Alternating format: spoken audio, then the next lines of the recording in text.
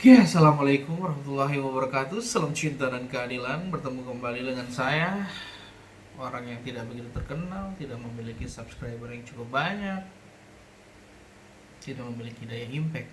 Tetapi saya cuma ingin menyampaikan pendapat saya. Masih diperbolehkan dalam era kebebasan berpendapat, saya rasa. Em, dari kasus novel Baswedan, apa yang bisa kita pelajari? Pada dasarnya begini, pada dasarnya setelah saya coba menyampaikan di berbagai sosial media yang saya miliki, terutama Twitter dan Facebook, kita bisa mempelajari ya bahwa pada dasarnya semua itu sumber dari surat dakwaan. Sebelumnya saya akan sampaikan di sini. Banyak orang yang mengatakan bubarkan saja fakultas hukum. Ya, boleh saja sih saya rasa. Kita ganti dengan fakultas syariah mungkin.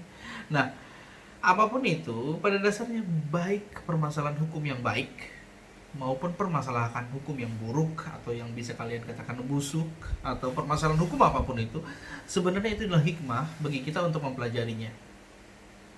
Tapi tidak sekedar daripada itu, kita harus memiliki empati terhadap korban maupun juga empati terhadap para pihak yang terlibat di dalam suatu perkara pidana, perdata dan lainnya. Ini yang akan kita coba ambil pelajaran. Coba kita ambil pelajaran. Pada dasarnya dakwaan yang dikeluarkan oleh penuntut umum sudah cukup baik di awal. Sudah cukup baik di awal. Ternyata ya, ketika saya mengkritik, karena saya coba mengkritik begini, putusan ketika belum berkekuatan hukum tetap, semua elemen di dalamnya tidak bisa kita lihat. Kalau misalkan mau bagus, itu kita lihat Mahkamah Konstitusi. Mahkamah Konstitusi itu dari permohonan dan berbagai agenda di dalamnya kita bisa download. Tidak sampai dalam waktu 1 minggu kita bisa download.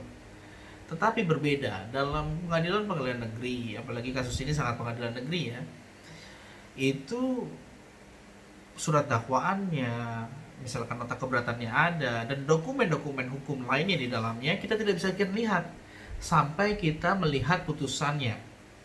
Itu pun kadang bisa dilihat, kadang tidak.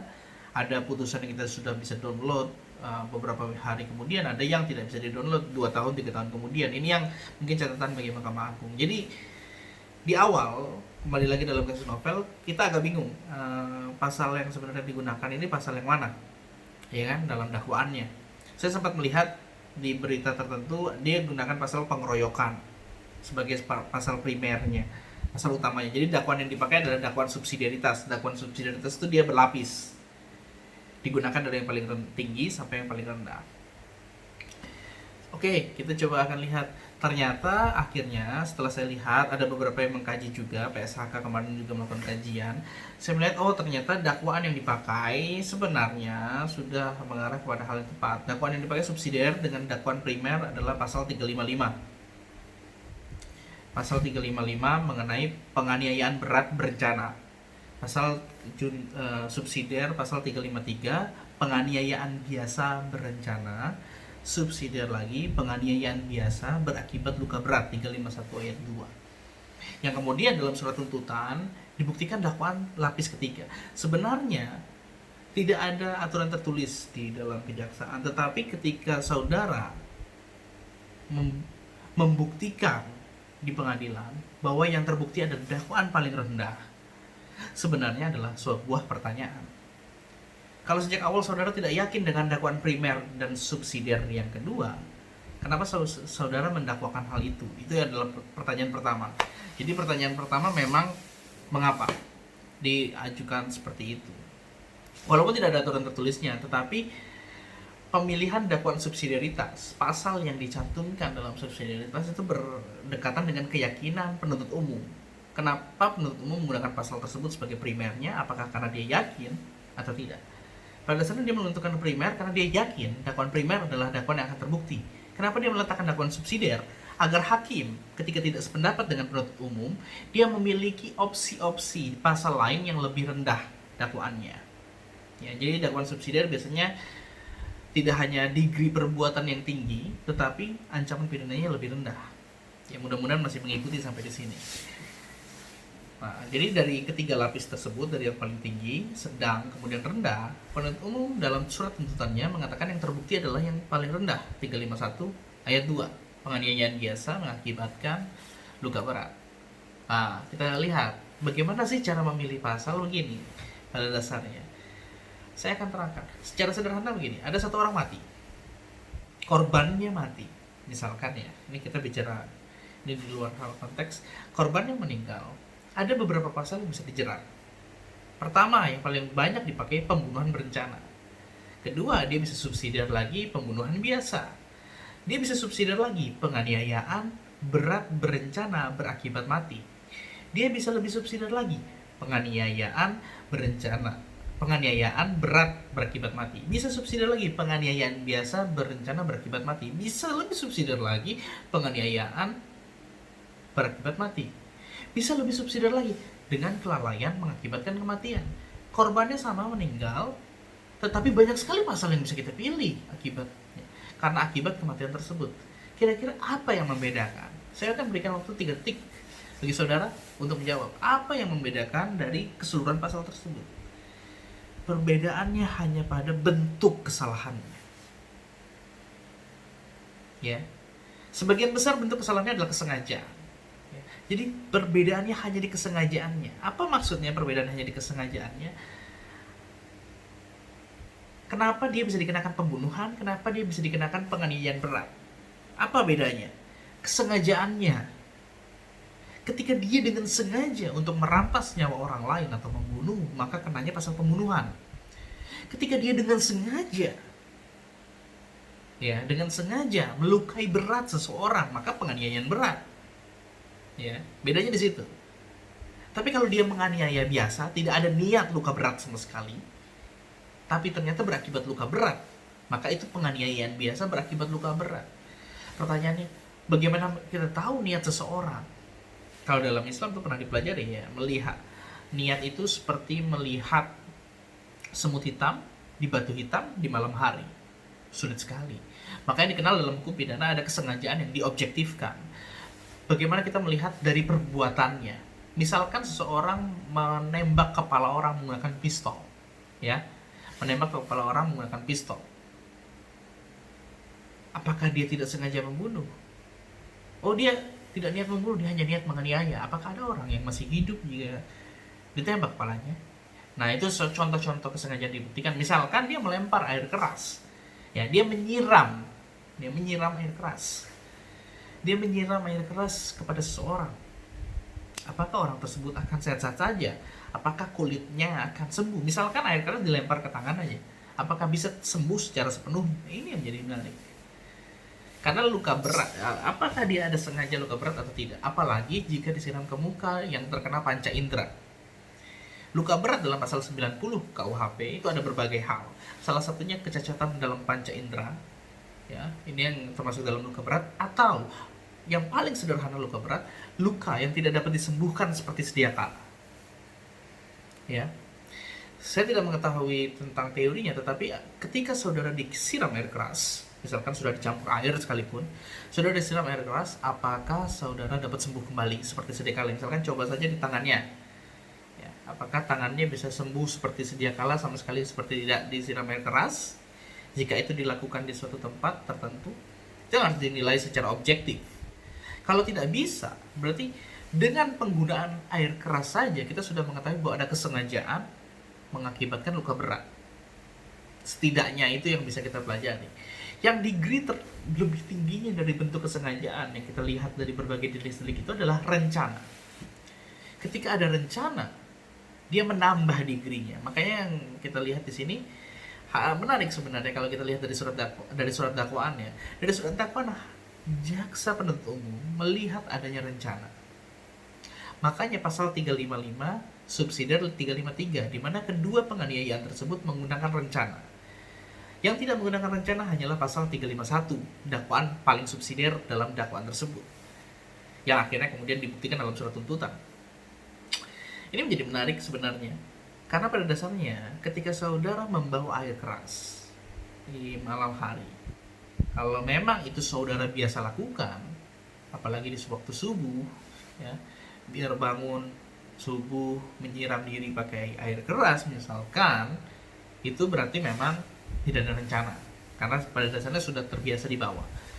Tapi jika memang dilakukan Berarti ya jika memang dia tidak biasa melakukan itu, tidak biasa mencuci muka menggunakan air keras, tidak biasa bangun subuh misalkan, itu sudah termasuk ke dalam berencana. Sudah ada kesengajaan dan sudah ada perencanaan. Berarti pada dasarnya paling tidak itu bisa kena 355 atau 353 sebenarnya, karena ada rencana dan kesengajaan tersebut. Lalu ada diskusi juga, kok dikatakan tidak sengaja? Tidak mungkin. Ketiga pasal yang didakwakan itu adalah pasal kesengajaan. Tidak mungkin dia tidak sengaja. Saudara juga harus bisa membedakan antara sengaja, alpa, dan tidak ada kesalahan. Mungkin yang dimaksud tidak sengaja itu alpa, atau mungkin tidak ada kesalahannya. Ini harus dibedakan. Kalau kesengajaan, ini agak sulit memang, agak berat, agak panjang. Kesengajaan itu harus paling tidak ada kehendak dan pengetahuan. Misalkan dia tahu kalau disiram air keras ini bisa berbahaya, itu satu hal, pengetahuan ada. Dia bawa air keras itu disiram ke orang, itu dia ada kehendak, tidak disuruh dan lain sebagainya. Nah, kecuali disuruh, saya tidak tahu. Nah, kecuali disuruh dan diancam, misalkan kalau dia tidak melakukan ada segala macam, nah itu. Tapi kalau dia melakukannya dengan free will, kehendak bebas, berarti dia ada kehendak, ada pengetahuan, dan kesengajaan.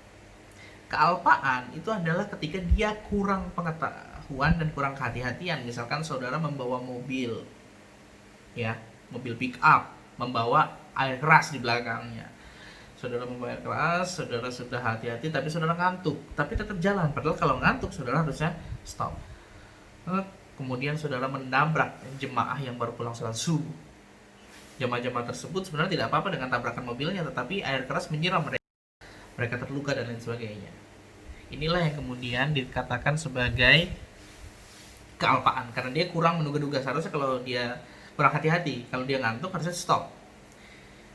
Bagaimana kalau tidak ada kesalahan? Sebagai contoh gini, seorang masinis membawa sebuah kereta api, kemudian ada orang yang melintas di dalam, mati dia, tertabrak kereta api. Apakah si masinis bertanggung jawab atas perbuatan tersebut? Tidak, karena secara konsep dia sudah melaksanakan tugasnya secara hati-hati dan penuh tanggung jawab. Misalkan dan saudara tidak pernah menduga bahwa kan ada orang, mungkin ada orang, tetapi secara konsep tidak mungkin dihentikan keretanya. Atau contoh lain yang ekstrim adalah misalkan saudara menyetir kecepatan normal 60 km per jam di jalan tol, tiba-tiba ada orang gila meloncat ke tengah jalan, saudara tabrak, meninggal. Apakah saudara bertanggung jawab? Tidak, karena pada dasarnya saudara menjalankan sebuah prosedur sesuai hukum, saudara telah hati-hati, tetapi ada suatu hal yang timbul, tapi tidak karena kehendak saudara, itulah tidak ada kesalahan. Baru itu yang tidak bisa dihukum. Kalau dia karena kealpaan pun tidak bisa dihukum menggunakan dakwaan tersebut, karena 3 kedakwaan tersebut adalah bentuk kesengajaan. Mungkin yang dimaksud adalah jenis kesengajaan sebagai kemungkinan. Dia berniat, misalkan menyiram badan, tetapi ternyata kena muka. Itu kan harusnya sesuatu yang dia pikirkan, bahwa mungkin saja siraman tersebut tidak tepat. Nah, itu kena kesengajaan sebagai kemungkinan. Dengan bentuk kesengajaan sebagai kemungkinan juga tetap bisa dikenakan pasal penganiayaan berat berencana juga. Tetapi memang harus dibuktikan terlebih dahulu ada pembawaan air keras secara berencana dan lain sebagainya. Itu mungkin yang bisa saya jelaskan di sini. Yang menjadi menarik adalah begini, apakah kemudian putusan pengadilan terikat dengan surat tuntutan yang membuktikan paling subsidiar tadi? Ini yang harus saya sampaikan. Surat dakwaan adalah mahkota persidangan. Kenapa mahkota persidangan? Seluruh proses dalam sebuah pemeriksaan sidang di pengadilan terpengaruh oleh hanya surat dakwaan. Bahkan dalam pembentukan putusan, KUHP menyaratkan dalam membentuk putusan majelis hakim harus rapat, musyawarah hakim namanya. Musyawarah hakim didasarkan pada 2 hal saja, surat dakwaan dan pembuktian. Surat tuntutannya mau membuktikan apa, mau menyatakan tuntutan seperti apa, hakim tidak terikat sama sekali, tapi hakim terikat pada surat dakwaan. Jadi misalkan menurut hakim, pasal 355 terbukti kok, dituntut dengan pasal 12 tahun penjara, itu masih sangat diperbolehkan. Apakah itu ultra petita? Ultra petita adalah melebihi yang diminta. permintaan dalam hukum acara pidana bukan di surat tuntutan, tapi permintaan dalam hukum acara pidana adalah di surat dakwaan. Jadi ketika surat dakwaannya sudah mengandung pasal penganiayaan berat berencana, pasal 355 ayat 1, sebenarnya hakim masih memiliki peluang untuk membuktikan ketentuan tersebut dan menjerat dengan ketentuan tersebut. Saya rasa mungkin ini penjelasan saya secara sederhana. Jika saudara-saudara masih memiliki pertanyaan, masih memiliki kebingungan, masih ingin mendalami hal satu demi lain, saudara tinggal berikan di komen. Jika saya ada waktu, saya akan berikan, jelaskan lebih lanjut. Tetapi jika tidak, saya jawab di komen saja. Mudah-mudahan cukup. Saya rasa begitu. Terima kasih. Salam cinta dan keadilan. Waalaikumsalam.